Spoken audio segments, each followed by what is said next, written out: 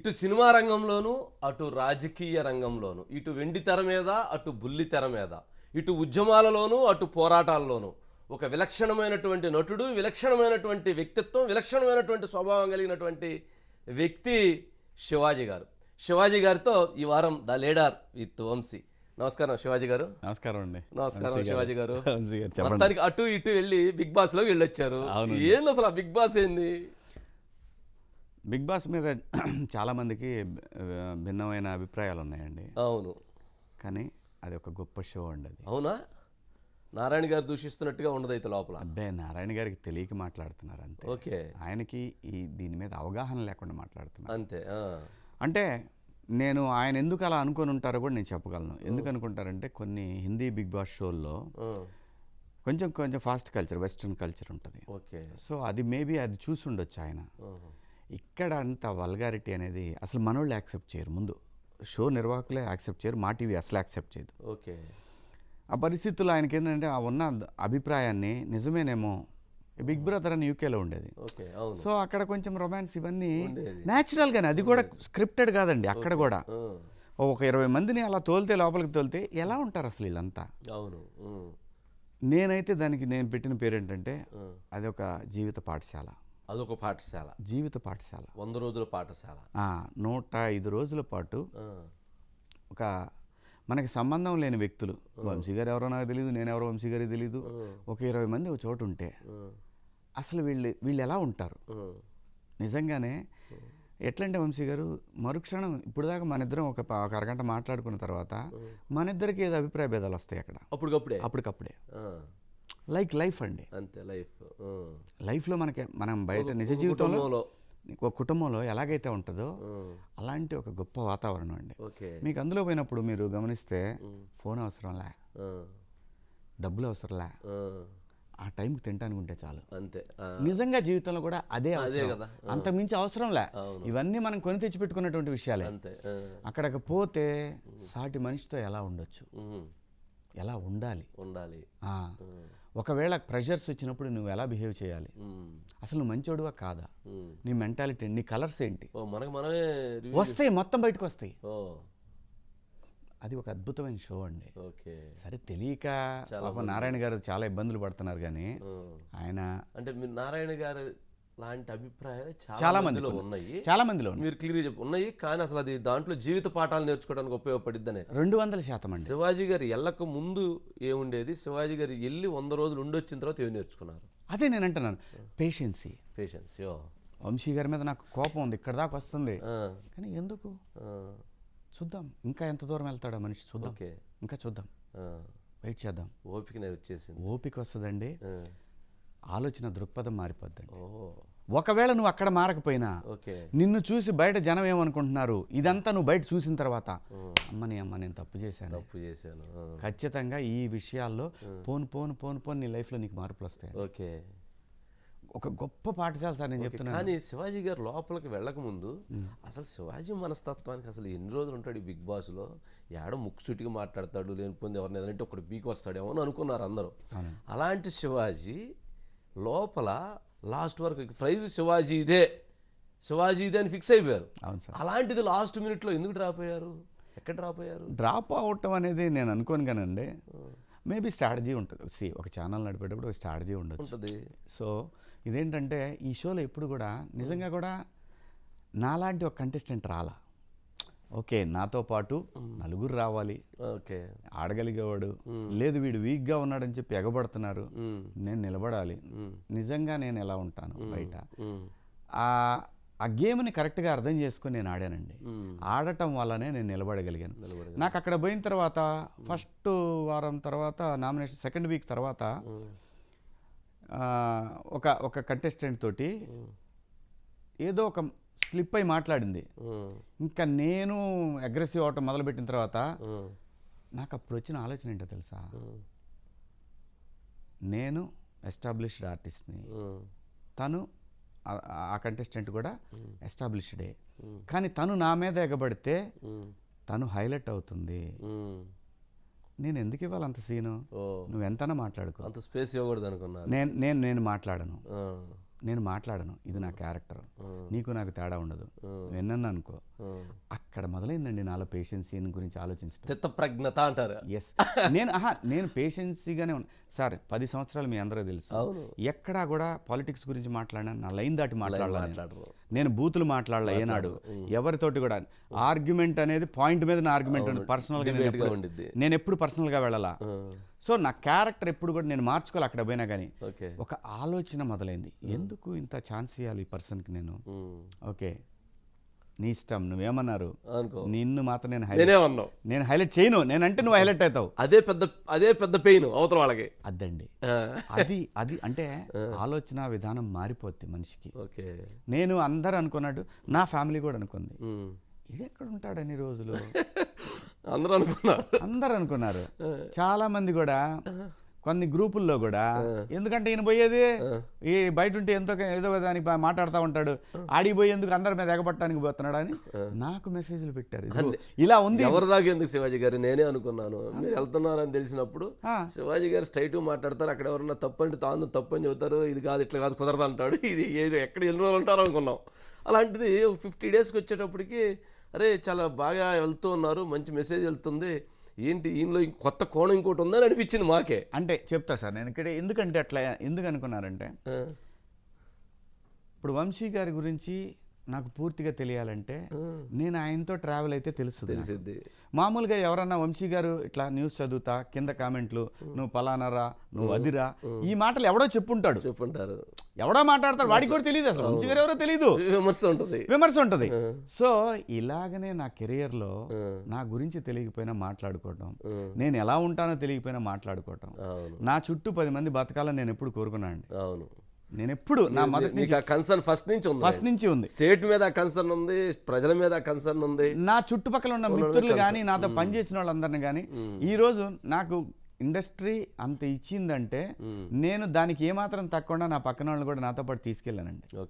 నిర్మాతలుగా నిలబెట్టానా, దర్శకులుగా నిలబెట్టానా, నాకు చేతనైనంత. లేదు నాతో పనిచేసిన ఎంప్లాయీస్ అయినా సరే, నా అసిస్టెంట్లు అయినా, నా మేకప్ మ్యాన్ అయినా, నాతో పనిచేసే కాస్ట్యూమర్లు అయినా, వాళ్ళు నాతో కూర్చొనే తింటారు. నేను ఎక్కడ పోయినా నేను అది ఒకవేళ నెక్స్ట్ అది పెద్ద ప్లేస్ అనుకోండి, అక్కడ పోయినా వాడు అక్కడ ఉండాల్సిందే, మనతో పాటు ఉండాల్సిందే. అవతలోడు అక్కడ ఇబ్బంది పడతాడేమో అనుకుంటే వాడే తగ్గుతాడు, నేను చెప్పను, వాడే వెళ్ళి దూరంగా కూర్చుంటాడు, అడ్జస్ట్ అవుతారు. సో నేను అది నా నేచరు, అదే క్యారెక్టర్. నా క్యారెక్టర్ నేను చూపించేసరికి జనానికి ఓ శివాజీ అప్పుడు అదే, ఈ శివన్న అయినాక కూడా అదే, శివన్న అయినా అదే, శివాజీ అయినా అదే, ఎవడైనా అదే. నిజంగా చెప్తున్నా, ఈ శివన్న అనే దానికి నేను ఇంతకుముందు కూడా ఒకసారి చెప్పానండి. యాక్చువల్గా మా తాత పేరు సుబ్బయ్య చౌదరి అండి. మా తాత పేరు సుబ్బయ్య చౌదరి, మా నాయనమ్మ పేరు సుబ్బమ్మ.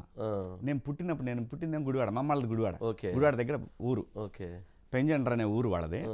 నేను అమెరికన్ హాస్పిటల్లో పుట్టగానే నాకు పేరు పెట్టడానికి అని చెప్పి మా తాత మా అమ్మ నాయనమ్మ కూడా ఇద్దరు సుబ్బయ్య సుబ్బమ్మ అండి. వాళ్ళు వచ్చి చెప్పి శివయ్య అని పెట్టమన్నారు. కృష్ణా జిల్లా కదా కొంచెం క్లాసు వాళ్ళు. మా అమ్మ వాళ్ళ బాబాయ్ వచ్చి అదేంటే శివయ్య అని పాత పేర్లు, అప్పుడే 70s లో నేను చెప్పేది, పాత పేరు అంటే కొంచెం కృష్ణా జిల్లా ఎప్పుడు ఫార్వర్డ్ ఉండేది జిల్లా ఎప్పుడు కూడా. శివాజీ అని పెడదామే, నీ పేరు ఝాన్సీ లక్ష్మి, వాడి పేరు శివాజీ అని విన్నానంట. అంతే. ఇంకా మరి ఎట్లయినా అమ్మ పెళ్ళాం వైపు నడుస్తుంది కదా ఎక్కువ ఇళ్లలో కూడా. సో మా నాన్న కూడా అడ్జస్ట్ అయ్యాడు, మా తాత వాళ్ళు కూడా అడ్జస్ట్ అయ్యారు. భగవంతుడు తిప్పి తీసుకొచ్చి ఏం చేశాడు, శివన్న అన్నాడు. అంతే సార్, అట్లాగే లైఫ్ ఈజ్ లైక్ దట్. జీవిత పాఠం నేర్పేది. నిజంగా చెప్తున్నా, బిగ్ బాస్ని ఎవరు తప్పుగా అపార్థం చేసుకోవద్దు. బిగ్ బాస్ షో అనేది స్క్రిప్టెడ్ కాదు.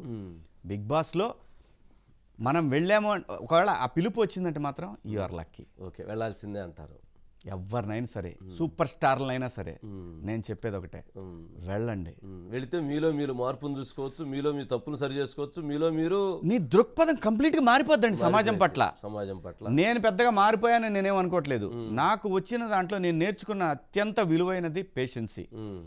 ఇంకా వెయిట్ చేద్దాం. ఇది నేర్చుకున్నాను సార్ నేను. అయినా సహజ సిద్ధంగా వచ్చే ఆ కోపతాపాలన్నీ కూడా మన సర్కమ్స్టాన్సెస్ని బట్టి అక్కడ గొంతు మీద కాలేసి తొక్కలేం కాబట్టి ఇదే మా ఇంట్లో అయితే గొంతు మీద కాలేసి తొక్కుతాననే మాట మాత్రం అన్నా. నా ఇంట్లో ఆడపిల్లలైతే ఆ అగ్రెషన్ అక్కడికి ఆపా. అక్కడ నిజంగా తొక్కకుండా అక్కడికి ఆపారు. అంటే అది నేను నేర్చుకున్నా, ఇది తప్పు కదా. మన భాష మీకు తెలుసు, మన ప్రాంతంలో ఎలా మాట్లాడుకుంటారు. మన అంటారు నీకు తగ్గినయా గొంతు మీద కాలేసి తొక్కుతాను, సహజంగా మాట్లాడుకుంటాం. తొక్కాడండి మా నాన్న 3 సార్లు తెప్పా, తొక్కాడా ఇంటర్లో తెప్పా, 10th లో తెప్పా, తొక్కాడా మా నాన్న కదా. సహజ సిద్ధంగా మాట్లాడుకుని అయినా అటువంటి వేదికల మీద కరెక్ట్ కాదు కాబట్టి ఏంటంటే దాన్ని మనం కంట్రోల్ చేసుకోవాలి, ఇంకా కంట్రోల్ చేసుకోవాలి. ఇవన్నీ నేర్పుద్దండి. డబ్బు అవసరం లేదండి, అక్కడ ఫోన్ అవసరం లేదండి, ఏమీ అవసరం లేదు. ఆ టైంకి ఆకలైనప్పుడు ఫుడ్ ఉంటే చాలు సార్. ఇంకా తర్వాత నువ్వు ఆడుకోవచ్చు, వాళ్ళతో గొడవలు పెట్టుకోవచ్చు, రకరకాలుగా అది మారుతూ ఉంటుంది సార్ జీవితం లాగానే. చాలామంది అంటే విమర్శ అంటే జనరల్గా శివాజీ గారు 105 రోజుల పాటు ఒక యుక్త వయసు కావచ్చు లేదా కొంచెం అబవ్ ఏజ్ కావచ్చు, హ్యాపీగా అడగండి, మంచి క్వశ్చన్ అడుగుతున్నారు. అందరూ ఉన్నటువంటి 105 రోజుల పాటు ఉంటే శృంగారం అనేటువంటిది చాలామంది దాన్ని భావిస్తూ ఉంటారు. అంటే లోపల అటువంటి పరిస్థితులు ఉంటాయా, అటువంటి చర్చలు ఉంటాయా, అటువంటి అంశాలు ఉంటాయా, ఏంటి? డెఫినెట్గా దీనికి నేను కొంచెం ఎలాబొరేట్గానే చెప్పాలండి, నిజంగా చెప్తున్నాను. అంటే చాలామంది ప్రజల్లో ఉంది, ఈ 105 రోజుల పాటు అమ్మాయిలు అబ్బాయిలు కలిసి ఉంటే బెడ్లు వేసుకొని రూములు బాత్రూములు ఇవన్నీ కలిసి ఉంటే ఏదేదో జరుగుతుందని రకరకాల మెసేజ్లు వస్తుంటాయి. అంటే అది ఏది ఫ్యాక్ట్, ఏది నిజం, ఏది తెలవదు జనానికి. కరెక్ట్. దానికి అసలు మీరు చూశారు కాబట్టి మీరు ఓపెన్గా చెబుతారు కాబట్టి. ఎందుకంటే నేను చెప్పేది కూడా జనానికి నిజంగా రిసీవ్ చేసుకుంటారు కాబట్టి చెప్తున్నాను. మన చుట్టూ 360 డిగ్రీల్లో 360 డిగ్రీల్లో ఎక్సెప్ట్ బాత్రూమ్ లోపల తప్ప నువ్వు బాత్రూంలోకి వెళ్ళేటప్పుడు కూడా ప్రొఫైల్లో కెమెరాస్ ఉంటాయి. నువ్వు డోర్ తీసుకొని వెళ్ళావా, డోర్ తీసుకొని వెళ్ళే వరకు కనపడుతుంది. ఈ లోపలికి వెళ్ళాడు, బాత్రూమ్కి వెళ్ళాడు, అడుగు పెట్టాడు, అంతే కనపడుతుంది. నువ్వు ఏ కార్నర్లో ఉన్న కెమెరా ఉంటుంది, నీకు అసలు ఆలోచన రాదు. ఎటు నుంచి ఎటు బాత్రూమ్ అడుగు పెట్టి డోర్ వేస్తే తప్పితే డోర్ కూడా వేసర్లా, జస్ట్ బాత్రూంలో కాలు పెట్టాడంటే తెలుస్తుంది. ఓకే, ఎక్కడికి పోయినా కెమెరాలు ఉంటాయి 360 డిగ్రీల్లో. ఇంకా మీరు అన్నట్లు ఆ ఏజ్కి ఆ దీనికి ఇటువంటి శారీరక సుఖాల గురించి ఆలోచనలు రావా అంటే రావండి. అలా ఉంటుంది ప్రెషర్ అలా ఉండిద్దా? మైండ్ ఎప్పుడు పనిచేస్తుండాలా, అలర్ట్గా ఉండాలా. దీని గురించి ఏముంటుంది, బిగ్ బాస్ ఏమంటాడు, రేపు పొద్దున వీకెండ్లో నాకు సార్ వచ్చి ఏం మాట్లాడతాడు, ఏం తప్పులు చేసాం, ఇప్పుడు గేమ్ ఉంది, గేమ్కి వెళ్ళాలి, ఈ గేమ్లో గెలవకపోతే మళ్ళీ వీకెండ్లో తిడతారు. మళ్ళీ వీళ్ళల్లోనే గ్రూపులు అయితే ఈ గ్రూపులు ఏం మాట్లాడుకుంటున్నారు, గబుక్కని ఎవడన్నా విన్నాడా, లేదు బాగా వంశీ బాగా ఆడాడు, వంశీ గారు బాగా ఆడారు అని అంటే పక్కన ఉన్నాడు అంటే వంశీ గారు ఒక్కడే బాగా ఆడతాడా, మేము హట్ అవ్వట్లేదా, ఇది నామినేషన్ పాయింట్. మళ్ళీ మేము మేము మేము డౌన్ అయిపోతున్నాం ఇలా మాట్లాడుతాం. అమ్మని ఏమో బాగా ఆడాడు అంటాం తప్ప. ఇలాంటి ఆలోచనలతోటి శృంగారం అనేది రాదండి, అసలు ఆలోచనే రాదండి, ఏమీ లేదు అక్కడ. అక్కడ ఎక్కువగా అనిపించేది ఏంటంటే బిగ్ బాస్ ఆకలి అవుతుంది, ఏమైనా బజ్జీలు ఉంటే పంపి బిగ్ బాస్ ఏంటి, ఇలాంటివి తప్పితే ఏమైనా ఏమంటారు లగ్జరీ బడ్జెట్లో ఈసారి కొంచెం మటన్ పంపి బిగ్ బాస్, ఇలాంటివి తప్పితే అసలు మీకు ఆలోచన రావడానికి ఆస్కారమే ఉండదండి. ఇంకోటి అదే నేను అన్నాను కదా, స్థితప్రజ్ఞత నువ్వు నేర్చుకోవటానికి ఇటువంటి పరిస్థితులు వస్తే, మీకు ఉదాహరణకి నేను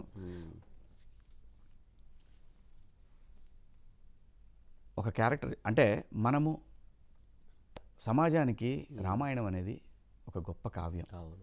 అందులో రాముడి వ్యక్తిత్వం అనేది, రాముడి జీవితం అనేది మనందరికీ ఒక మార్గం. అటువంటి రాముడు దూరంగా ఉన్నాడు, దుర్మార్గపు ఆలోచనలు చాలామంది మాట్లాడారు. రాముడు ఎలా ఉంటాడు, అలా ఎలా ఉంటాడు, వయసు వచ్చింది కదా, అంత యుక్త వయసులో ఉన్నాడు కదా, రాముడు ఎలాగా నీతిమంతుడిలాగా ఉన్నగల, అదే రాముడు, అదే స్థితప్రజ్ఞత. తన శారీరక సుఖం అనేది తన మైండ్ సీత మీద తప్ప ఇంకా దేని మీద ఆలోచన ఉండదు ఈ మనిషికి. అలా ఉంచడంలోనే అందుకే రాముడు, ఆయన. అందుకే రాముడు, ఆయన. రాముడి జీవిత మార్గమే మనిషికి మనిషికి ఒక జీవన విధానం అనేది Yes. అక్కడి నుంచే వచ్చింది.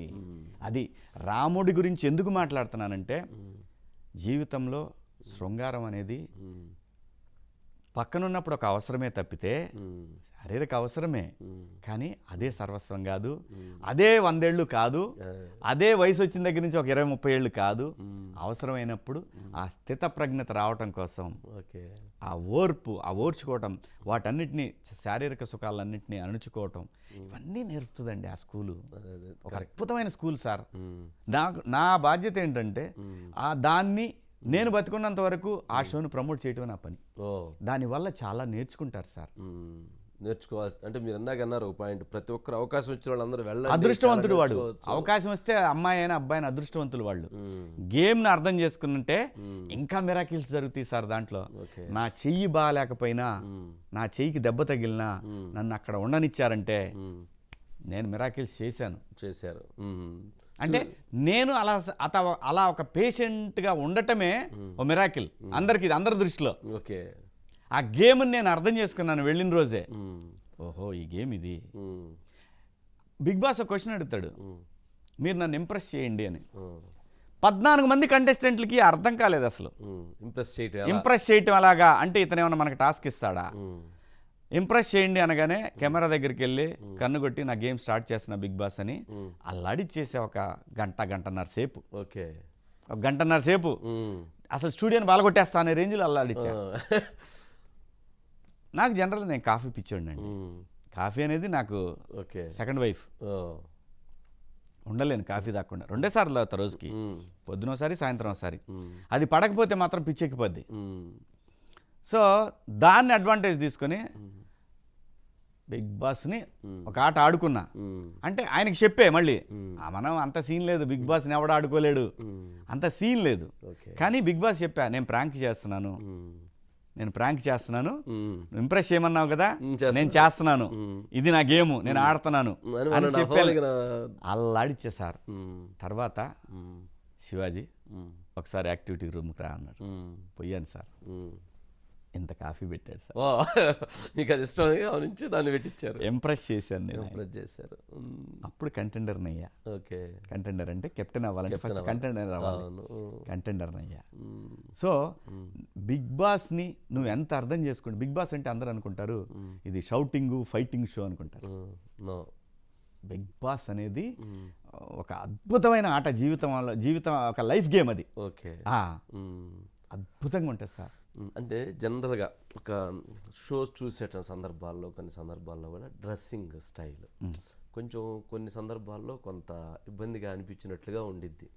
కొంతమంది అది అబ్బాయిలు కావచ్చు, అమ్మాయిలు కావచ్చు, అంటే ఎవరు ఒకరికొకరు తెలవని వాళ్ళు అందరూ ఒక దగ్గరికి వెళతారు. అలా ఉన్నప్పుడు ఉప్పు కారాలు తింటారు. అలా ఉన్నప్పుడు అలాంటి సందర్భాల్లో ఏం మెసేజ్ అంటే మీకు అసలు నేను అదే చెప్తా ప్లీజ్. ఓకే, మీరు అన్నారు కదా, సపోజ్ కొంచెం డ్రెస్సు ఇవాళ మనకు రోడ్ల మీద కూడా వేసుకుంటున్నారు, అదేం పెద్ద మ్యాటర్ ఏం కాదండి. సరే, అట్లా వెళ్ళిపోతుంటారు వాళ్ళు వెళ్ళిపోతుంటారు. కొంచెం డ్రెస్సు ఓకే, మనం గ్లామరస్ డ్రెస్ వేసుకున్నారు అనుకున్నాను. నేను అలా చూడాలంటే ఈ కెమెరా నన్ను చూస్తుంది ఊరిని ఇక్కడ ఆడసొత్తే ఇది డెఫినెట్గా ఎవరికైనా ఉంటుంది. అట్లా అవి రావు సార్, రాదు sir. Okay, see Big Boss ఏమనుకుంటున్నాడు, బిగ్ బాస్ గా జనం ఇది కట్ చేసి వేస్తాడు కదా, ఈడు దొంగనాయాలు, ఈడు ఆట ఆడకుండా ఈడు ఇలాంటివి చూస్తున్నాడా అని అనుకుంటారు కదా జనం. ఈడు గొరచూపులు చూస్తున్నాడు అని అనుకుంటారు కదా. నేనంటే ఒకసారి ఇట్లా అనుకున్నాను సార్, అది కూడా వేశారు. అమ్మ ఇక్కడే మొత్తం అందరు తిప్పి తిన్నే చూపిస్తారు. ఇదేంటి ఎట్ట పెడతాడు గోకు, జలబుట్టింది గోకున్నారా బాబు చెప్తున్నా. ఇలా ప్రతివాడి మైండ్ అలా పనిచేస్తుంది. ఓకే, పైగా వీళ్ళలో చాలా మంది ఆర్టిస్టులే ఉంటారు కాబట్టి అవన్నీ అలవాటు అయిపోయి అన్ని గ్లామరస్ డ్రెస్సులు చూసి వాళ్ళని చూసేది అనేది రాదు సార్, జనరల్ గా రాదు. ఇవన్నీ ఏంటంటే చూసే వాళ్ళకి జనరల్ గా చాలా మంది ఏంటంటే, చాలా మంది కాదు, ఒక 10% ఆఫ్ పీపుల్ ఏంటంటే పర్టికులర్ గా ఉంటారు. వీళ్ళు ఏం చేస్తున్నారు, వీళ్ళు ఎలా ఉంటున్నారు, వీళ్ళు ఏం డ్రెస్ చేస్తున్నారు, ఇందులో ఏమైనా స్క్రిప్ట్ ఉందా, ఇందులో ఏమైనా బూత్ ఉందా, అంటే ఎట్లా వచ్చింది. మా గురుగారు నారాయణ గారి లాగా కొంతమంది. నేను అనేది ఆయన పాప నాగార్జున గారు తెస్తారు. నాగార్జున గారు లేకపోతే ఆ షోనే లేదు. మళ్ళీ చెప్తున్నా, నాగార్జున గారు లేకపోతే ఒక షోనే లేదు అసలు సార్. లేకపోతే నేను బయటకు రావటం కాదు, తీస్తావా లోపల మొత్తం గొడవ చేస్తాడు. పగలు నొక్కమంటావంట, సమస్య లేదు. లోపల అయితే అది లేదు. అసలు నాగార్జున గారు ఆ షో దాన్ని హోస్ట్ చేసే విధానం అద్భుతం, అద్భుతంగా ఉంటుందండి. కాబట్టి ఆ షో నిలబడింది. ఓకే, శివాజీ గారికి అంటే 60-70 డేస్ అసలు అయిపోయింది, ఇంకా ఆయనే విన్నర్ అని అనుకున్న భావన బాగా వచ్చేసింది. బయట ఎక్కడ పెట్టినా ఇదే ఉంది. కానీ లాస్ట్కి వచ్చేటప్పటికి ప్రశాంత్ పిక్ అయ్యాడు. ఇందుట్లో ఏమన్నా గేమ్ జరిగిందా? అంటే మీకు ఒక అంత హైప్ రావటాన్ని లేదా కొంత చేంజ్ చేయాలి, ఒక సామాన్య మానవుడికి ఇవ్వాలి, ఒక రైతు బిడ్డకి ఇవ్వాలి, ఇట్లాంటివి ఏమైనా ఎక్సర్సైజ్ ఏమైనా జరిగి చేంజ్ అయినాయా? అంటే నాకు తెలియంది మాట్లాడకూడదు, కానీ మేబీ కొన్ని ఉండొచ్చు, స్ట్రాటజీస్ ఉండొచ్చు. ఛానల్కి కూడా నెక్స్ట్ సీజను ఇవన్నీ దృష్టిలో ఉండి బెంచ్ మార్క్ బిగ్ బాస్ 7 సీజన్ని ఒక బెంచ్ మార్క్ క్రియేట్ చేసాం, అనుమానం లేదు. ఒక రేంజ్ సీజన్ అంటే ఇది, ఈ సీజన్ అంటే వాళ్ళు ఇది లెక్కేస్తారు.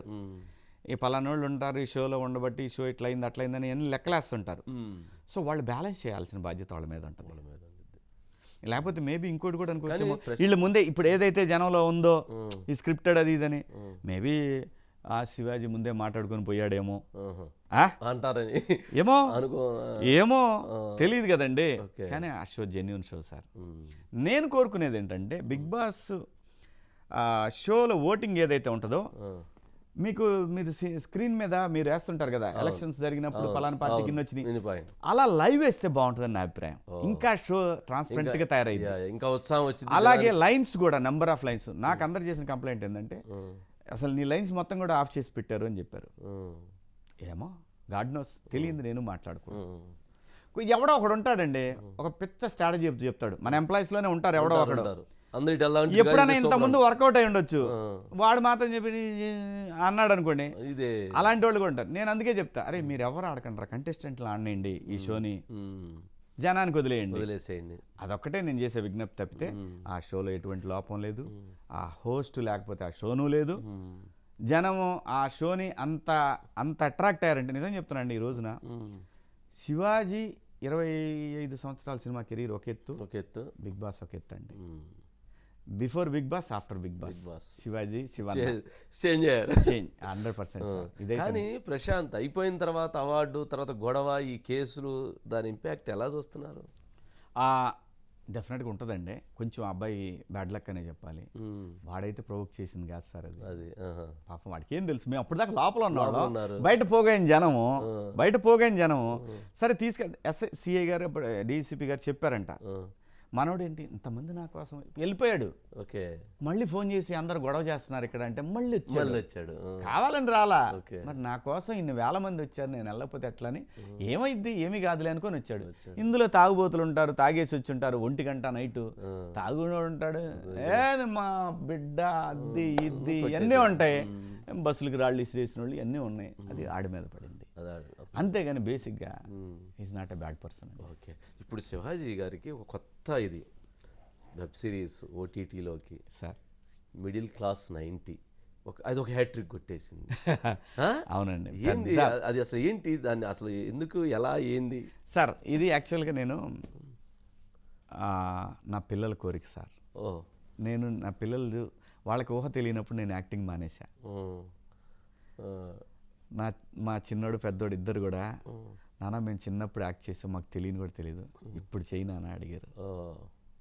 సో 12 13 అయింది నేను ఆపేసి యాక్టింగ్ చేయటం. సో వాళ్ళ కోరిక మేరకు నేను చేస్తా అన్నాను, సమయం కోసం వెయిట్ చేసినప్పుడు నాకు వెయిట్ చేయలేదండి. నేను ఒక 2 years బ్యాక్ ఒక 2 రీమేక్లు కొన్నా, చేద్దాం మనమే, జాగ్రత్తగా చేసి చేద్దాము, ఒక 2 కోట్లలోనో 2.5 కోట్లు పెట్టి చేద్దాము, రిస్క్ కాదు ఆ ప్రాజెక్టు, ఎందుకంటే అక్కడ ఆడిన సినిమాలు, బాగా ఆడిన సినిమాలు చేద్దామని ఫిక్స్ అయ్యాను. వంశీ గారు ఫిక్స్ అయినప్పుడు మొదలుపెట్టాను, 45 లక్షల దాకా ఖర్చు పెట్టా. 3rd wave అన్నారు. సో లేదు, దేవుడేదో ఆశిస్తున్నాడు, ఇది కాదు ఆయన ఆశిస్తుంది, ఇది కాదులే అని ఆపేశానండి. ఆపిన తర్వాత ఎందుకో మళ్ళీ నాకు ఎలా ఇది అని చెప్పి, మనం పోతే గౌరవంగా ఏంటి శివాజీ అనే మనుషుల దగ్గరికి వెళ్దాం అని ఫస్ట్ టైం నేను ఈటీవీ బాపినీడి గారి దగ్గరికి వెళ్ళానండి. వాళ్ళు ఓటీటీ ప్లాట్ఫామ్ పెడుతున్నారు, విన్ అని పెట్టారు. ఒకవేళ ఈ సినిమా హిట్ సినిమా కదా అని 2 తీసుకెళ్ళాను. చూశారండి, నచ్చిందండి, 2 నచ్చినాయి. కానీ నేను అప్పట్లో నాకేం ఫేమ్ లేదు కదా.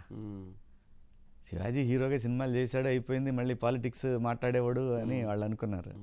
అన్న తర్వాత చూసి మనవాళ్ళు చెప్తారు, శివాజీ నీకు ఎన్నాళ్ళైందే నేను చూసి అని లేచిపోతుంటే శివాజీ అన్నారు, సార్ చెప్పండి సార్, నేను ఆ విషయం చెప్తా, నువ్వు ఏమనుకోగాను, చెప్పండి సార్, నువ్వు మళ్ళీ యాక్ట్ చేయవా సార్, నాకు అవకాశం ఇస్తారేమో అని నేను చూస్తున్నాను కానీ నేను చేయనని ఎప్పుడు చెప్పలేదు సార్ అని అంటే, అప్పుడు నేను చెప్తా నీకు, చేస్తావా అని, తప్పకుండా చేస్తా సార్, మీరు చెప్పండి సార్ అని. అయిపోయిందండి, అయిపోయింది, వదిలేసి సరే నాకు నేను పోయితే నన్ను రిసీవ్ చేసుకునే చోటకే నేను వెళ్ళగలుగుతారు, లేకపోతే మనం ఎక్కువలేండి, నా వల్ల కాదు. సో నేను అట్లా నా అవకాశాల కోసం దూసిపోయే మనిషిని కాదు. సరే వచ్చిన తర్వాత ఒక 1 month తర్వాత ఈటీవీ నుంచి ఫోన్ వచ్చింది. ఫోన్ వస్తే వెళ్ళి కథ విన్నానండి. వెబ్ సిరీస్ చేస్తున్నాము, ఫాదర్ క్యారెక్టర్ అన్నారు. డైరెక్టర్ చెప్పాడు, కొంచెం పెరగాలి సార్ అన్నాడు. కొంచెం ఏంది, తింటే మనం అసలు ఊహించినంత పెరుగుతాను, నీకు ఎందుకని అన్నా. మీరు చూడండి వెబ్ సిరీస్ కూడా. అయితే ఇది ఒక master character, real master character. యాక్చువల్గా డైరెక్టర్ ఫ్యామిలీ స్టోరీ లాగానే అది. మంచి సైజు, ముందు వెనక బాగా గట్టిగా పెంచేసి తయారయ్యి వెళ్ళా సార్. ఆ తయారయ్యి వెబ్ సిరీస్కి వెళ్ళే ముందే నాకు మా టీవీ నుంచి ఫోన్ వచ్చింది, ఇంకా షూటింగ్ స్టార్ట్ కాల. అయితే September 3rd నుంచి అని చెప్పి వాళ్ళు అడిగారు. ఆలోచించుకొని చెప్తానన్న. 1 గంట తర్వాత ఫోన్ చేయమన్నా. నేను ఇంట్లో వాళ్ళతో చెప్పా. మా ఆవిడ వైహం లేచింది, వద్దు అక్కడికెట్లా పోతావు నువ్వు, అక్కడ నిన్ను అసలు మామూలుగా నువ్వు ఎవరొకళ్ళు తన్నేసి వచ్చేస్తావు, వద్దు ప్లీజ్ నీకు దండం పెడతా అంది. ఇంతలో మా చిన్నోడు వచ్చి, మమ్మీ ఈయన వల్ల ఏమైంది మమ్మీ, నాన్న వల్ల కాదు మమ్మీ, బాగా క్లోజ్గా ఉంటారండి నా పిల్లలు, నాన్న వల్ల కాదు మమ్మీ, నీ వల్ల కాదు నాన్న. అక్కడ మనకు కొంచెం ఏందిరా నా వల్ల కాదు, నేను వెళ్తానన్న. మా ఆవిడేమో సరే కూసేపు బతిలాడిన తర్వాత సరే వెళ్తే ఫస్ట్ వీక్లో మాత్రం రా బాగు ప్లీజ్, 4 వారాలు ఉండరా, 4 వారాలు ఉండరా, మనం 10 వారాలు ఉండొస్తా, నీకేమైనా అభ్యంతరం అన్న. వాడు నవ్వుకుంటే వెళ్ళిపోయాడు, వాడు చిన్నాడు. అయిపోయింది 2వ వారం, ఇది ఫస్ట్ వీకే వచ్చింది 2వ వారం అని అనుకుని వాడు వెళ్ళిపోయాడు. వెళ్ళిపోయిన తర్వాత ఇక అప్పుడు వీళ్ళకి వెబ్ సిరీస్ వాళ్ళు చెప్పారు, నాకు 1 month టైం ఉంది. 2 months బ్యాక్ జరిగిందండి అది వాళ్ళది. 2 months బ్యాక్ జరిగింది. నేను తింటం కూడా మొదలు పెట్టేశా. వాళ్ళకి చెప్పా పలానప్పుడు ఇది ఉంటుంది అనగానే వాళ్ళు ఎట్లా ఇది ఎప్పుడు అనుకుని మొత్తానికి షూటింగ్ స్టార్ట్ చేశారు. నేను లోపలికి వెళ్ళేటప్పుడు క్లోజ్ చేసేసారు. అయిపోయింది నా పార్ట్ అంతా అయిపోయింది.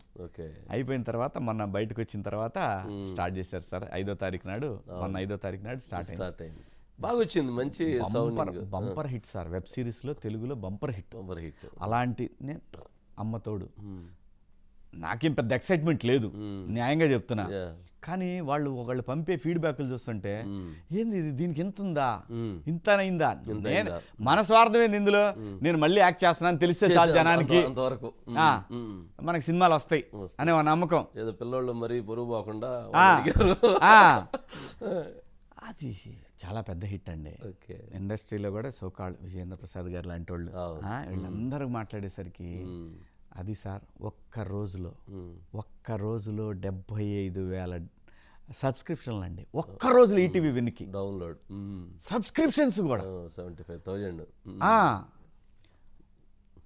90 మిలియన్ మినిట్స్ అండి watching time. 90 million minutes one day watching time అండి. మిరాకిల్ నిజంగా అండి. ఐఎండిబి వాడు తెలుగులో ఇంతవరకు ఏ వెబ్ సిరీస్కి ఇవ్వనటువంటి రేటింగ్ అండి. అవుట్ ఆఫ్ 10 9.4 అండి రేటింగ్. 9.4 గ్రేట్. అసలు స్టూడెంట్స్ అండి 90s కుర్రాళ్ళు మొత్తం ఎవరైతే 85 బార్న్ ఉన్నారో వాళ్ళు 85 బార్న్ మొత్తానికి కనెక్ట్ అయిపోయింది సార్. రీచ్ వచ్చేసింది. ఎందుకంటే వాళ్ళ 10th క్లాస్ 90. అంటే మొత్తానికి ఇంట్లో అయితే మీ వాడి దగ్గర, చిన్నవాడి దగ్గర, పెద్దోడి దగ్గర, పెద్దోడు కొంచెం సైలెంట్గా ఉంటారు అని చిన్నవాళ్ళు కాస్త గిల్లేది ప్రూవ్ చేసుకున్నారు. అసలు ఇటు దాంట్లోనూ ప్రూవ్ చేసుకున్నారు, ఇటు దీంట్లోనూ ప్రూవ్ చేసుకుని ప్రూవ్ అయిపోయిందండి. దాంట్లో చిన్నోడి పాత్ర పెద్దోడి పాత్ర చాలా ఉంది. నేను హౌస్కి వెళ్ళిన తర్వాత వాళ్ళు పనిచేశారండి ప్రమోషన్ కోసం. అవును. అస్సలు ఇక మీ బోటి వాళ్ళందరినీ కూడా టచ్ చేశారు కదా, వాళ్ళు అందరినీ టచ్ చేశారు సార్. నాన్నకు ఓటేయండి, నాన్నకు ఓటేయండి ఇట్లా అని చెప్పి they are happy. Voting campaign different గా జరిగింది, బాగా జరిగింది. మీకు నచ్చితేనే చేయండి, మీకు నిజం అనిపిస్తేనే చేయండి అంతే అనేది ఒక మెసేజ్.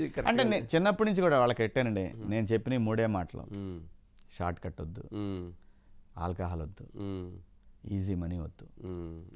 ఈ 3 నమ్ముకోండి, జీవితంలో బాగుపడతారు. నేను ఇచ్చేది ఇదే, చిన్నప్పటి నుంచి ఇదే నేర్పేశారు. ఇంత మించి మీరు ఏదైనా తప్పు చేశారంటే ఆ రోజుతో మర్చిపోండి ఇంకా నన్ను. అంతే. ఒక స్మాల్ బ్రేక్.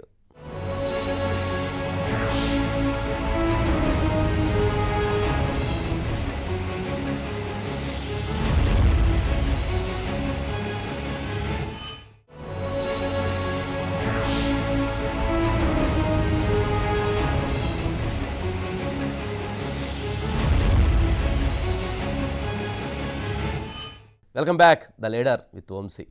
రైట్, ఇక రాజకీయాల్లోకి అడుగు పెడదాం. బిగ్ బాస్లో ఉన్నప్పుడు చంద్రబాబు నాయుడు గారు అరెస్ట్ జరిగింది సార్. తెలిసిందా తెలవలేదా? తెలియదండి. తెలిస్తే ఏమో ఎలా ఉండేదో, ఆ ఎమోషన్ ఎలా ఉండేదో తెలియదండి. అంటే అప్పుడు జరిగిన జనరల్గా శివాజీ గారు బయట ఉంటే వేరేగా ఉండేది, సౌండింగ్ వేరేగా ఉండేది. ఆ గోడ ఆ ముందు ఆ జైలు కనీసం ఆ గోడన దాన్ని వచ్చేవాళ్ళు అని అనుకున్నారు కదా. అంటే అట్లా ఉన్నప్పుడు లోపల అంటే అది తెలిసినట్లయితే బయటకు వచ్చేవాళ్ళ లోపల ఉండాల్సి వచ్చేదా? ఆయన మీద అభిమానంతో వచ్చేవాడినేమో, వచ్చేసేవాళ్ళే ఏమో తెలియదు అప్పుడు. అంటే హౌస్కి వెళ్ళిన తర్వాత ఆలోచన ధోరణి మొత్తం మారిపోయింది సార్. ఆలోచించి వెయిట్ చేయి, ఆలోచించు, చేసేది కరెక్టా కాదా, 1కి 100 సార్లు. కానీ మీరు అన్నట్టు డెఫినెట్గా ఆయన మీద గౌరవంతో గ్యారంటీగా ఎప్పుడైనా ఆయన్ని అభిమానిస్తా సార్, అందులో ఏం అనుమానం లేదు. ఏంటి ఆయన అంత అభిమానించడానికి కారణం ఏంటి సార్? అంటే మనం హైదరాబాద్ని చూస్తున్నాం కదా. నేనేంటంటే కేటీఆర్ గారు, చాలామంది సోకాల్డ్ పీపుల్, సోకాల్డ్ సిఈఓలు, సోకాల్డ్ ప్రైమ్ మినిస్టర్లు, Britain prime minister, so called billionaires, వీళ్ళందరే మాట్లాడుకున్నారు. మనం ఎంత ఆఫ్టర్ ఆల్, మనం కళ్ళ ముందు చూస్తా కూడా మాట్లాడకపోతే, మనం మాట్లాడపోతే, మనం చెప్పుకోపోతే అటువంటి మనిషి గురించి తప్పు అవుతుంది అంతే. మరి అటువంటి మనిషిని జైల్లో పెట్టడం ఎలా అంటారు? ఉండగలిగారా, ఉంచగలిగారా? ఉంచలేరు కదా. ఎన్ని రోజులు నిజం ఎప్పుడు ఎక్కువ రోజులు లోపల ఉండలేదండి, బయటకు వస్తుంది అంతే. ఆయన్ని అర్థం చేసుకుంటే చాలా బాగుంటుంది. ఆయన అర్థం చేసుకోవాలా. ఆయన రాజకీయంగా ఆయన ఏం సంపాదించుకున్నారు, ఆయన ఏం చేశారో నాకు అనవసరం. నాకు కావాల్సింది ఒక లీడర్గా నిన్ను నమ్మిన ప్రజల కోసం, వాళ్ళ అభివృద్ధి కోసం నువ్వేం చేసావు అనేది నాకు ఇంపార్టెంట్. రాజశేఖర రెడ్డి గారి విషయంకి వస్తే, ఈయన ఏదైతే ఒక చెట్టు నాటాడో ఆ చెట్టును పీక్కుండా చెట్టును పెంచుకుందాము, ఫలాలు అందరికి వస్తాయి అనుకుంటా పోయాడు. అది కూడా నేననేది ఏంటి, ఆయనే అన్నాడు, చంద్రబాబు నాయుడు గారే అన్నారు. రాజశేఖర రెడ్డి ఎక్కడా కూడా దాన్ని తుంచేయలేదు అని అన్నారు. సో ఇవన్నీ ప్రజలకు తెలియక కాదండి, ప్రజలకు అన్నీ తెలుసు. సో ఎక్కువ రోజులు అట్లా మనిషిని అదిమి పెట్టి లోపలే ఉంచితే ఇంకా పరిస్థితులు మరి ప్రకృతి చూస్తూ ఉంటుంది సార్. ప్రకృతిని ఎప్పుడు తక్కువ అంచనా ఎవరం కూడా. నేను ఎప్పుడు నమ్ముతా సార్, అది ప్రకృతి అనేది మర్చిపోతే మనం అనుకుంటా ఉంటాం మనం చేస్తున్నాము.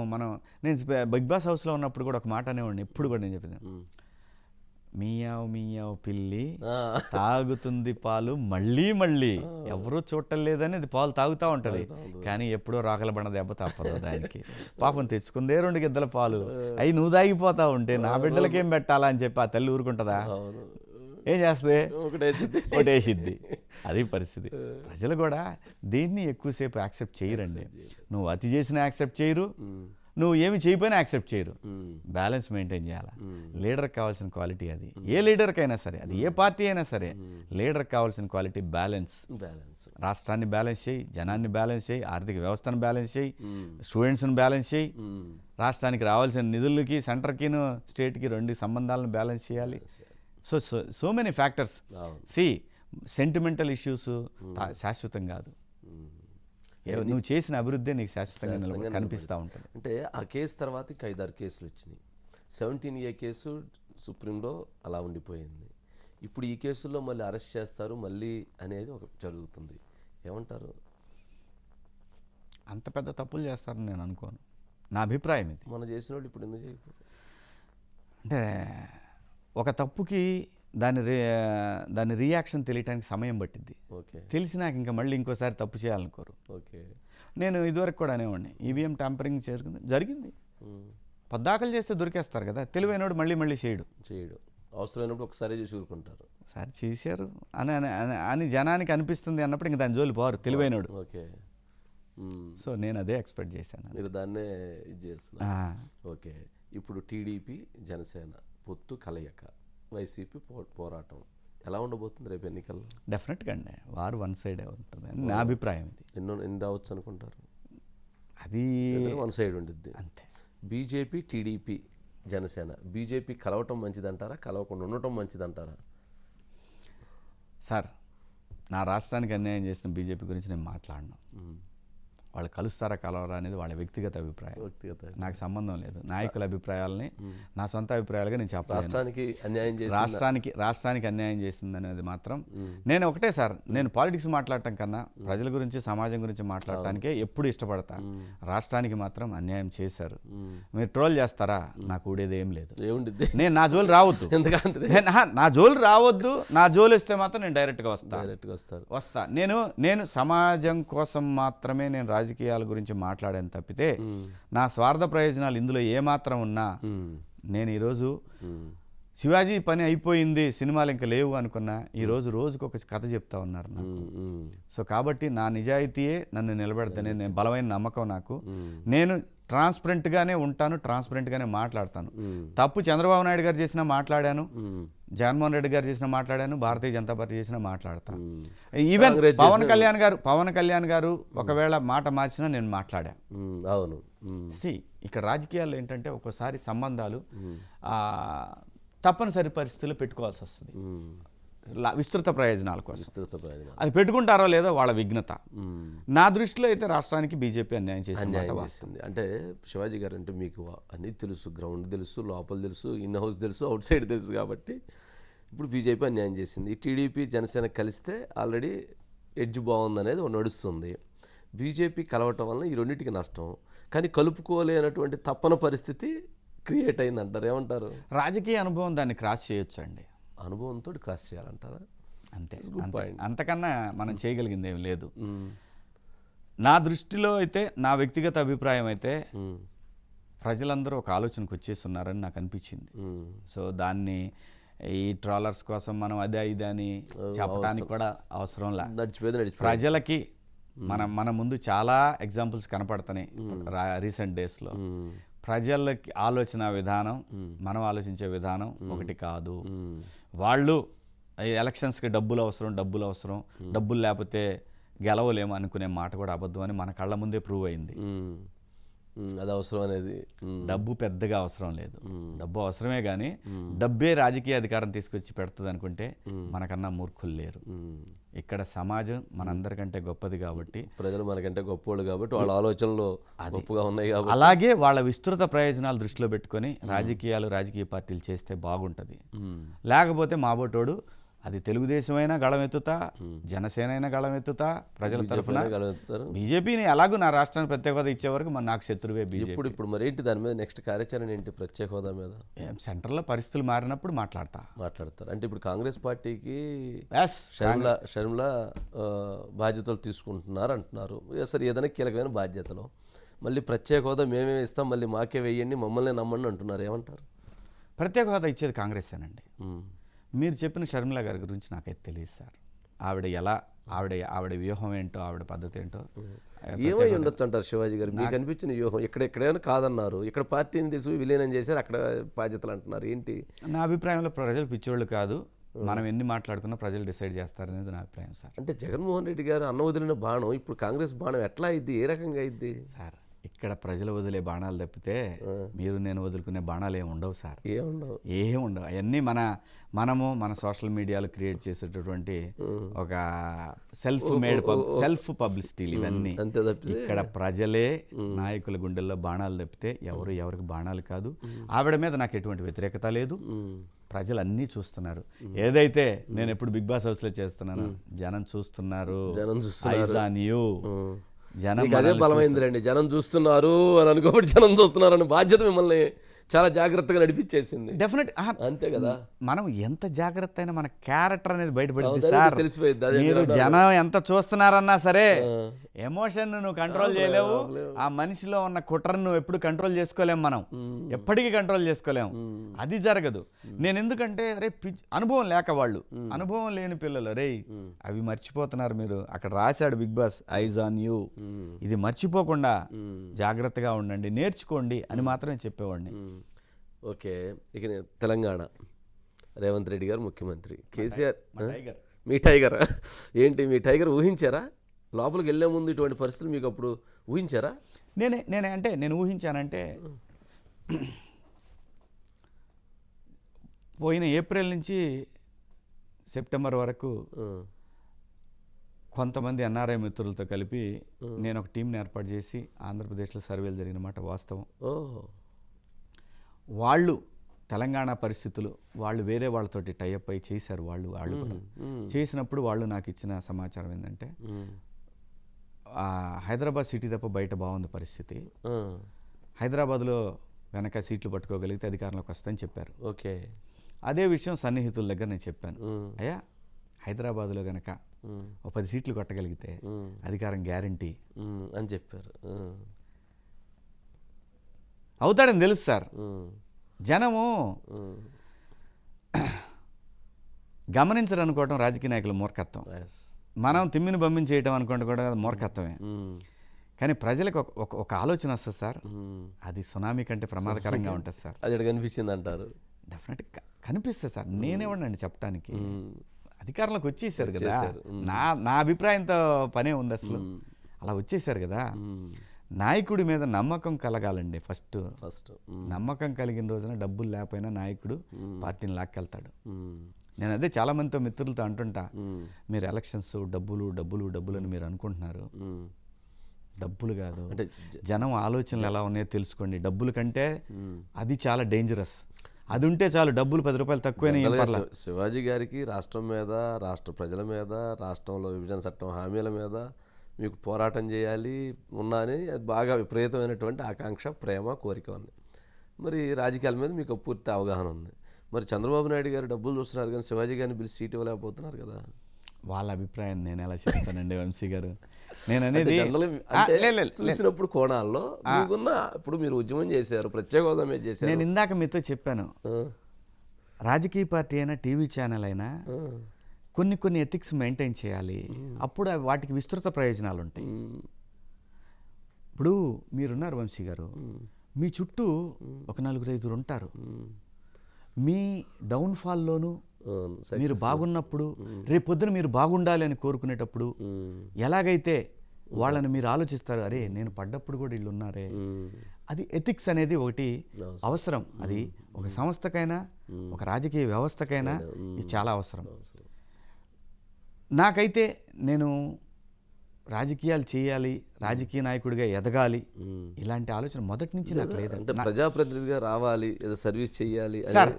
నేనేమంటానంటే బిగ్ బాస్ అనే ఒక కంటెస్ట్, ఒక రియాలిటీ షో నేను ఎక్స్పెక్ట్ చేస్తే రాలా.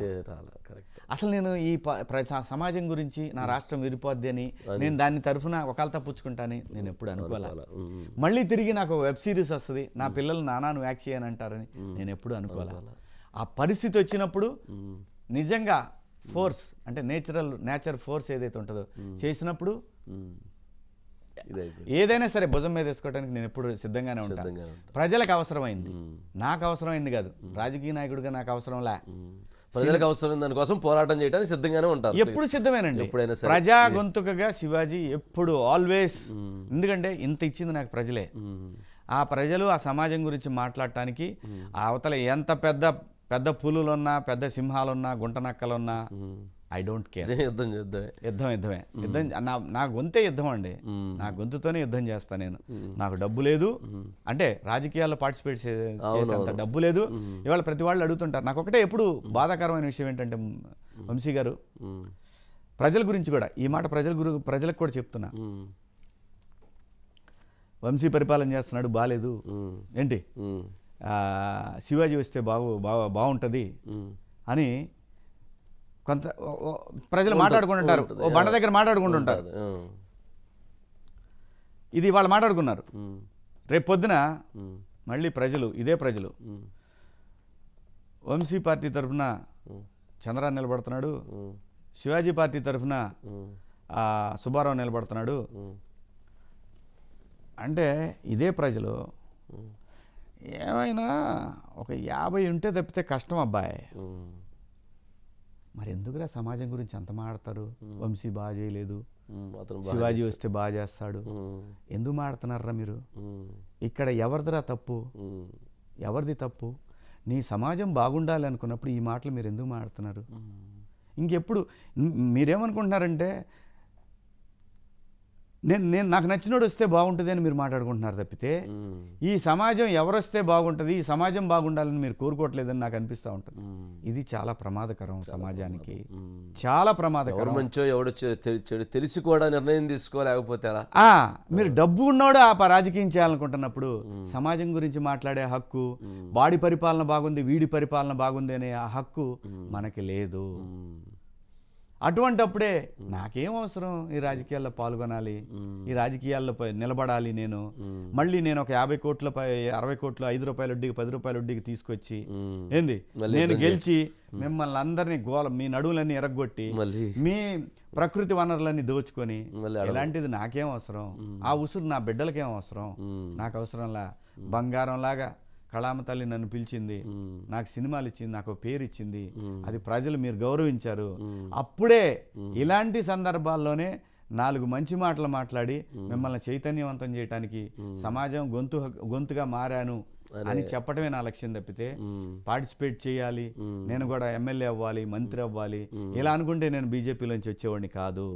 బీజేపీ నాకున్నటువంటి ఆ వాక్చాతుర్యానికి నేను ఈరోజు బీజేపీని ఆంధ్రప్రదేశ్లో ఏ స్థాయిలో నిలబెట్టగలిగేవాడినో గ్యారెంటీగా నా గురించి తెలిసిన ప్రతి వాళ్ళకి తెలుసు.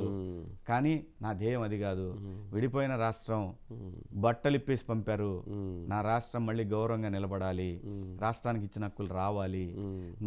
నేను చిన్నతనంలో ఉన్నప్పుడు నేను డిగ్రీ చేసిన తర్వాత నేను బతకడానికి నాకు రాజధాని ఉంది, అటువంటి రాజధాని లేదు, నా రాష్ట్రం అన్యాయం అయిపోయింది అనే బాధలో నేను నా ప్రొఫెషన్ని పక్కన పెట్టి నాకు ఇంత ఇచ్చిన నా ప్రజల కోసం నేను ప్రజల గురించి మాట్లాడటం మొదలుపెట్టాను తప్పితే నేనేనాడు ఎమ్మెల్యే ఎంపీ అవ్వాలనుకోవాలా, నేనేనాడు అనుకోవాలి. మీరు అన్నారు అమరావతి, ఏంటి అమరావతి భవిష్యత్తు?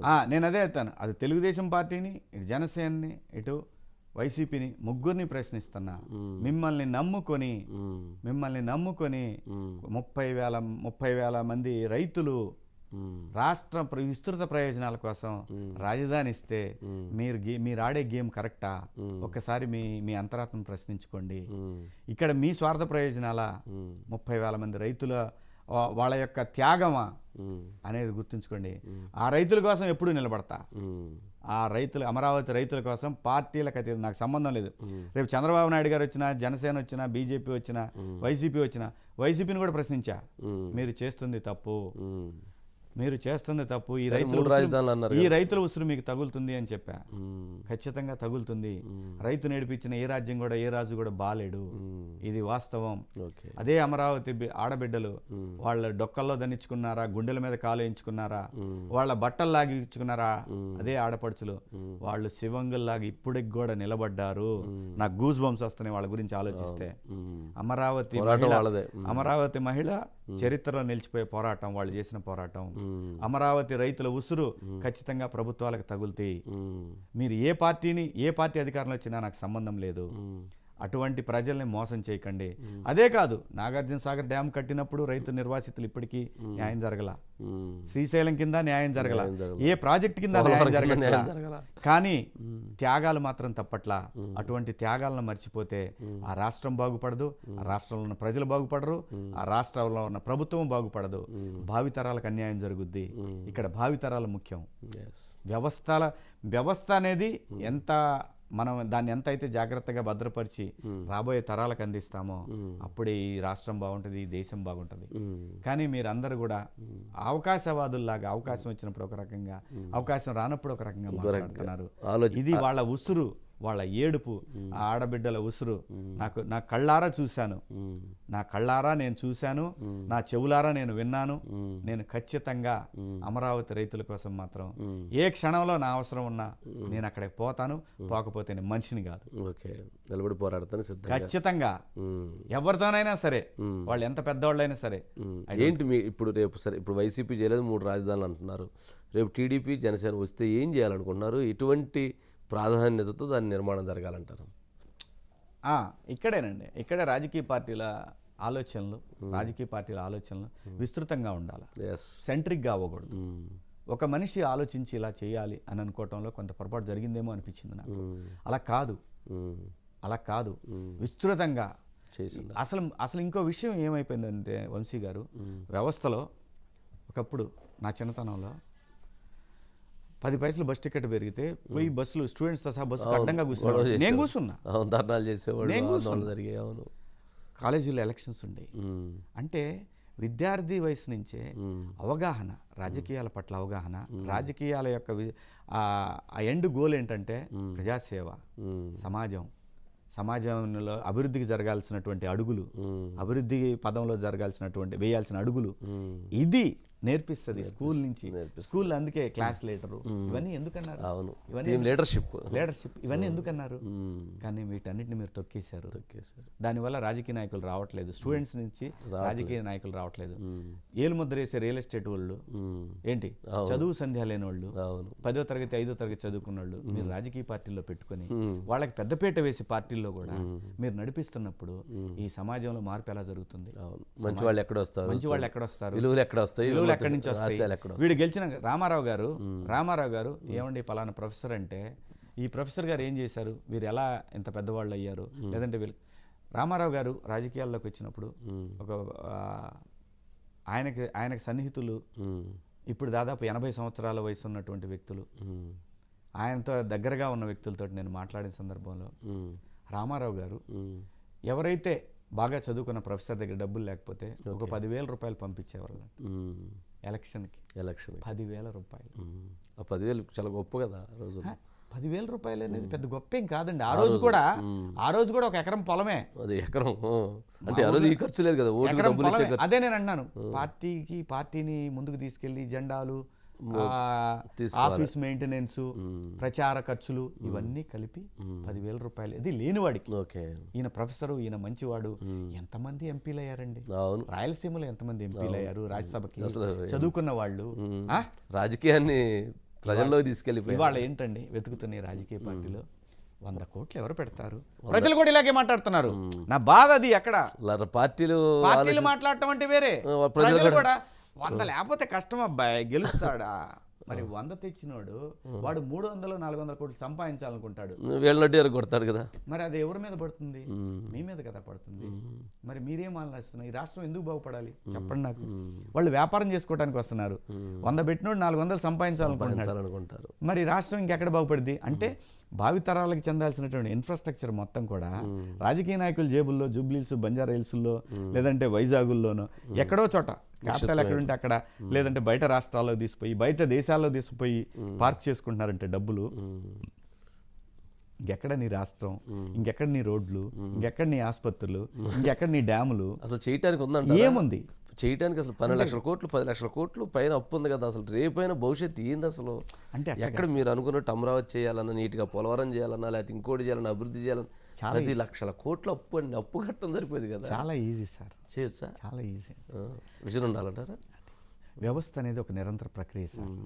ప్రభుత్వాలు పోయే కొద్దీ, ప్రభుత్వాలు వస్తుంటాయి పోతుంటాయి, రాజకీయ నాయకులు వస్తుంటారు పోతుంటారు. వ్యవస్థలో నిరంతరప్రాయంగా పన్నుల రూపంలో ప్రజల నుంచి డబ్బులు వస్తూనే ఉంటాయి, వాళ్ళ కొనుగోలు మీద వస్తూనే ఉంటాయి. జిఎస్టీ ఒక క్వార్టర్కి వచ్చి 4 లక్షల కోట్ల రూపాయలు వస్తున్నాయంటే ఆ డబ్బంతా ఎక్కడ పోతుంది? ఆ డబ్బంతా మీరే రాజకీయ నాయకులు సమాజానికి కావాల్సిన వనరులను క్రియేట్ చేయడం పక్కన పెట్టి మీరు గెలవటం కోసం తాయిలాల రూపంలో ఒక సంవత్సరం 2 ఏళ్ల పాటు మీకు బియ్యం ఫ్రీ, మీకు గ్యాస్ ఫ్రీ, మీకు అది ఫ్రీ, మీకు ఇది ఫ్రీ, మీకు ముడ్డి కట్టడానికి వాలంటీర్లు వస్తారు, మీరు ఇంటి దాకా మీ ఇంటికి వచ్చి మీకు డబ్బులు ఇస్తారు. అరే నాయన, వీడు లేచి నడిస్తే మానవ శరీర నిర్మాణం నడకలో చాలా కాలం బతకడానికి అవకాశం ఉంటుంది. వాడు నుంచి ఆ పంచాయతీ ఆఫీస్ దాకా పోయి వాడు అక్కడ వచ్చి తీసుకొని పోయి మళ్ళీ ఇంటికి పోతే ఆ వయసులో వాడికి నడక సాగితే వాడి ఆరోగ్యం చాలా బాగుంటుందిరా. మీరు పోయి ముడ్డి గడుగుతారు ఏంటి, మీ మూతులు దుడుస్తారు ఎందుకు? ఇవాళ వ్యవసాయం చేయడానికి పనికి వచ్చేవాడు లేడు, పొలం పనికి వచ్చేవాడు లేడు. ఇవాళ శనక్కట్ట బీకాలంటే రాయలసీమ జిల్లాలో శనక్కట్ట బీకే టైం ఇది, వచ్చేవాడు లేడు. వచ్చినా కూడా వాడు ఏమడుతున్నాడు, డిమాండ్కి ఏమంటాడు, ఎకరం ఒక 6,000 7,000 ఇస్తే పీకేస్తాం, ముందు డబ్బులు ఇస్తే. మందు ఇస్తామంటారు మీరే, వాడు మీరు పడుకోబెట్టి వాడికి బియ్యం మీరే ఇస్తామంటారు, వాడిని పని చేయాల్సిన అవసరం లేదంటారు, మీకు ఇల్లు కట్టిస్తామంటారు, మీ ఇంట్లో ఫ్యాన్లు ఇస్తామంటారు, మీ ఇంట్లో ఫ్రిడ్జ్లు ఇస్తామంటారు, మీ ఇంట్లో వాషింగ్ మిషన్లు ఇస్తామంటారు, మీకు టీవీ కనెక్షన్ బల్బులు ఫ్రీ, ఎలక్ట్రిసిటీ ఫ్రీ, మీకు రేపొద్దున సైబర్ గ్రిడ్ వచ్చిందంటే కంప్లీట్గా టౌన్ మీకు అది కూడా ప్రకటిస్తారు చూడండి మీరు, ఇంటర్నెట్ ఫ్రీ. ఎక్కడరా సమాజం? ఇవన్నీ ఇచ్చినాడిని కూర్చోబెట్టి వాడికి ఉన్నట్టుండి హఠాత్తుగా ఒక చిన్న ప్రాబ్లం ఏదో స్టార్ట్ అయింది, చిన్నదే. హెల్త్ హాస్పిటల్కి పోతే రాజీవ్ ఆరోగ్యశ్రీయో లేదంటే వైఎస్ఆర్ ఆరోగ్యశ్రీయో ఆరోగ్యశ్రీయో ఏదో పెట్టి ఏదో వెళ్తే ఆడు అన్నిటికి కలిపి అక్కడ 10 లక్షల రూపాయలు అయింది అనుకోండి, 50,000 రూపాయలు ఇస్తాడు. 9,50,000కి ఈ ఉన్న పొలమో ఇల్లు ఒళ్ళు గుల్ల చేసుకొని అమ్మాలి.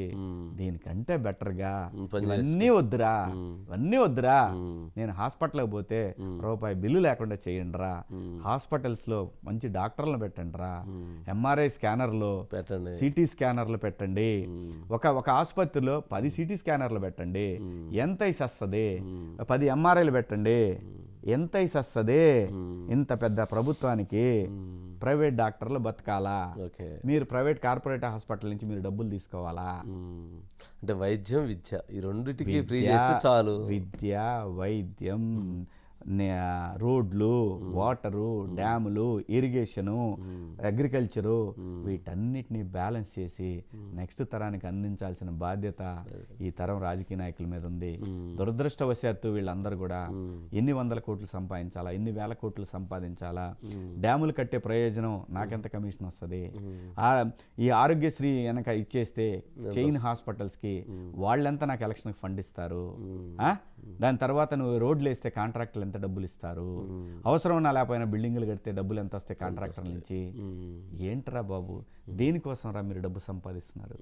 మీకు కాలో చెయ్యి ఎరిగింది, మీకు లేదు, నువ్వే పోయావు, 2వ సంవత్సరం నీకు తద్దినం పెట్టడానికి కొడుకు బిజీగా ఉంటాడు తెలుసా, నీ మనవడికి నువ్వు ఇచ్చిన ఆస్తి తప్ప నువ్వు గుర్తుండవు తెలుసా నీకు? ఆ ఉసురు నీ మనవడకు కూడా తగిలిద్ది, కాలో చెయ్యో మూతో బోతో వంకరై పుడతారు. అప్పుడు మాత్రం నువ్వు ఏం చేసుకుంటావు ఈ డబ్బు? మనిషివి, జస్ట్ మనిషివి, ప్రకృతి గట్టిగా తంతే 3 నెలలు బయటికి రాలా, ప్రపంచం స్తంభించిపోయింది. ఇలాంటి విపత్తు మళ్ళీ వస్తుంది, రాసుకోండి మీరు ఈ మాట. ఈ దరిద్రాన్ని కరెక్ట్ చేయగలిగే ఒకే ఒక కెపాసిటీ నేచర్కి మాత్రమే ఉంది, ప్రకృతి ఒకటి ఆపగలిగింది. నేను ఇంత అవగాహన నాకు ఎట్లా బిగ్ బాస్ హౌస్లో ఉన్నప్పుడు నాకు డబ్బు అవసరంలా, అదే మీకు అసలు ఫోన్ అవసరంలా, మహా అయితే కాఫీ మార్నింగ్ ఈవినింగ్, దానికి మాత్రమే పోరాటం. ఎంత హాయిగా ఉంది. అమ్మతో నేను ఇప్పుడు బిగ్ బాస్ హౌస్ని మిస్ అవుతున్నా. ఓకే, నా కళ్ళు బాగుండేవి, లేకపోతే ఇప్పుడు ఫోన్ చేస్తున్నాం కదా కొంచెం మళ్ళీ యాజిటీ, నాకు నిజంగా సైట్ తగ్గింది ఆ హౌస్లో పోయినప్పుడు. ఎందుకంటే టీవీ ఉండదు, ఏముండదు, హాయిగా అందరితో మాట్లాడకుండా బాగా అనిపించేది.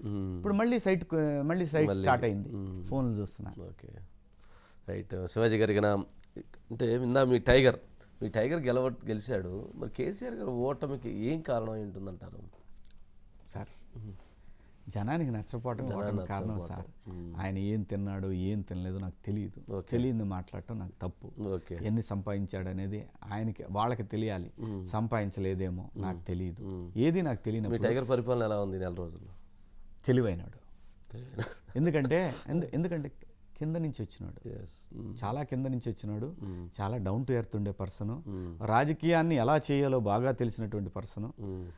ఎంత పెద్ద సిచ్యువేషన్ అయినా హ్యాండిల్ చేయగలిగి ఉద్దండులో ఉన్న కాంగ్రెస్ పార్టీలో ఈ రోజున వాళ్ళందరినీ బ్యాలెన్స్ చేసుకుంటా ముందుకు పోతున్నాడంటే ఎంత పెద్ద మ్యాటర్ అండి. ఎంత పెద్ద మ్యాటర్ చెప్పండి.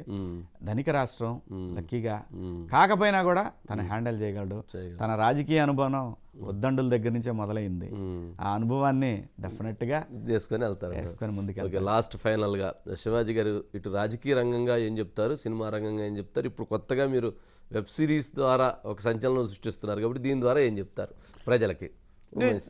నేను ఒకటే అండి, ఎప్పుడైనా సరే సాఫీగా ఆలోచిస్తే డబ్బులు వాడు 1000 రూపాయలు ఇస్తాడా 500 ఇస్తాడా, రోజు నిన్ను 3 రూపాయలకు కొనుక్కుంటాడా 4 రూపాయలకు కొనుక్కుంటాడా అనే విఘ్నత నీకుంటే కరెక్ట్గా ఒక ప్లేట్ బజ్జీ రాదు 3 రూపాయలకి. రోజు నువ్వు పోయి తినాలన్నా 4 బజ్జీలు రావు. అలాంటిది అలా కాకుండా రూపాయి తీసుకోకుండా నువ్వు ఈ మాటలు చెప్పావు, నువ్వు ఇప్పుడు చేసే పని మా ఊరు నుంచి ఇసుక తీసిపోతున్నావు అని చొక్కా పట్టుకునే ధైర్యం నీకు వస్తుంది. వాడు అదే నాయకుడు మళ్ళీ అట్లాంటి పని చేయడానికి భయపడతాడు. అప్పుడు నీకు కావాల్సిన విద్య వైద్యం అన్నీ వచ్చేస్తాయి నీకు. ఇది మర్చిపోతే ఇప్పుడు నువ్వు ఏదైతే సంపాదించాలనుకుంటున్నావో నీ మనవాళ్ళ కోసం ఆ మనవాళ్ళు ఎవరు సంకనాగిపోతారు. సో కాబట్టి ఇక్కడ దీని మీద నీకు ఎటువంటి హక్కు లేదు. దీని మీద ఉన్న హక్కు రాబోయే తరాలది. వాటి గురించి ఆలోచించి మంచి నాయకుడిని ఎన్నుకోండి. సినిమా రంగం సార్ నేను చెప్తున్నా కదా, ఇందాక మీతో కూడా అన్నాను, ఒక అద్భుతం అది. ఇక్కడ ఎవరిని దోచుకోవాల్సిన అవసరంలా నీ డిమాండ్ని బట్టి నీకు డబ్బులు ఇస్తారు. అది కూడా ట్యాక్స్ పెయిడ్ మనీ, ఎక్కడ బ్లాక్ మనీ ఉండదు. ఇవాళ అస్సలు లేదు. క్లియర్. ఒకప్పుడు ఎప్పుడైనా ఉండేదేమో, 100 రూపాయలు ఉంటే ఒక 5 రూపాయలు 10 రూపాయలు ఇస్తారు అనుకునేవాళ్ళం ఆ రోజుల్లో. ఏది 80లో 90లో. ఇప్పుడు అసలు అది కూడా లేదు. కంప్లీట్ గా జిఎస్టీ క్లియర్ గా వైట్ అండ్ వైట్ ఉంది. Right royal money, tax paid money, tension లేదు. సినిమాలు వస్తున్నాయి, వెబ్ సిరీస్ బాగుంది, సూపర్ హిట్ అయింది, సినిమాలు వస్తున్నాయి. నా మొదటి ప్రాధాన్యత సినిమాలు. దానికన్నా అత్యధికమైన ప్రాధాన్యత నన్ను ఇంత స్థాయికి తీసుకొచ్చిన ప్రజలు. వాళ్ళ గొంతుగా మాత్రం ఎప్పుడు మోగబోదు నా ప్రాణం ఉన్నంత వరకు. వాళ్ళ గొంతుకగా ఎప్పుడు వాళ్ళ కష్టంలో నేను ఉంటాను. కష్టంలో ఖచ్చితంగా మాట్లాడతాను. నాకు చేతనైన యుద్ధం చేస్తాను. నా పిల్లల కోరిక ఏదైతే ఉందో ఇక నుంచి నా సినిమా ప్రయాణమే మేజర్గా పెట్టుకుంటా sir. Okay, thank you Shivaji గారు. థ్యాంక్ యూ వంశీ గారు. సంక్రాంతి శుభాకాంక్షలు. Thank you. మీకు కూడా సంక్రాంతి శుభాకాంక్షలు వంశీ గారు. Thank you. ఈ సంక్రాంతి పండగే కాదు, మీ ఛానల్ మీరు దినదినాభివృద్ధి జరగాలి, ప్రజల కోసం నిలబడాలని మనస్ఫూర్తిగా కోరుకుంటున్నాను వంశీ గారు. Thank you. శివాజీ గారు చక్కగా చెప్పారు. ప్రజల గొంతుకగా ఎప్పుడు యుద్ధం చేయడానికి సిద్ధమే అని చెప్తున్నారు. బిగ్ బాస్ హౌస్ అనేటువంటిది అనేక అపోహలు ఉన్నాయి. అటువంటి అపోహలు ఎవరూ పెట్టుకోవద్దు. బిగ్ బాస్ హౌస్ అనేటువంటిది అక్కడ ప్రతి ఒక్కరూ కూడా నేర్చుకోవాల్సినటువంటి మార్పు చెందేటువంటి అంశాలు అనేకం ఉంటాయి. అక్కడ ఒక ప్రతి ఒక్కరికి కూడా ఒక స్థితప్రజ్ఞత, అంటే ఒక మనిషి ఏదైతే తనలో ఉన్నటువంటి లోపాలను సరిచేసుకోవటానికి, తన భవిష్యత్తును తను తీర్చిదిద్దుకోవటానికి, ఒక సక్సెస్ఫుల్ పర్సన్గా ముందుకు తీసుకెళ్ళటానికి ఇన్ని అవకాశాలు బిగ్ బాస్ హౌస్లో ఉంటాయి.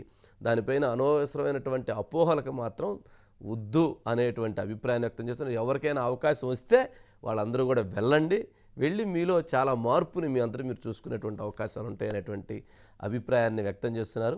ఇక రాజకీయాల గురించి వారు ఇచ్చినటువంటి మెసేజ్ కూడా అందరూ చూశారు. కాబట్టి ఇది ఈ వారం the leader with Vamshi Shivaji గారితో. థ్యాంక్ యూ అండి. Thank you so much. Thank you.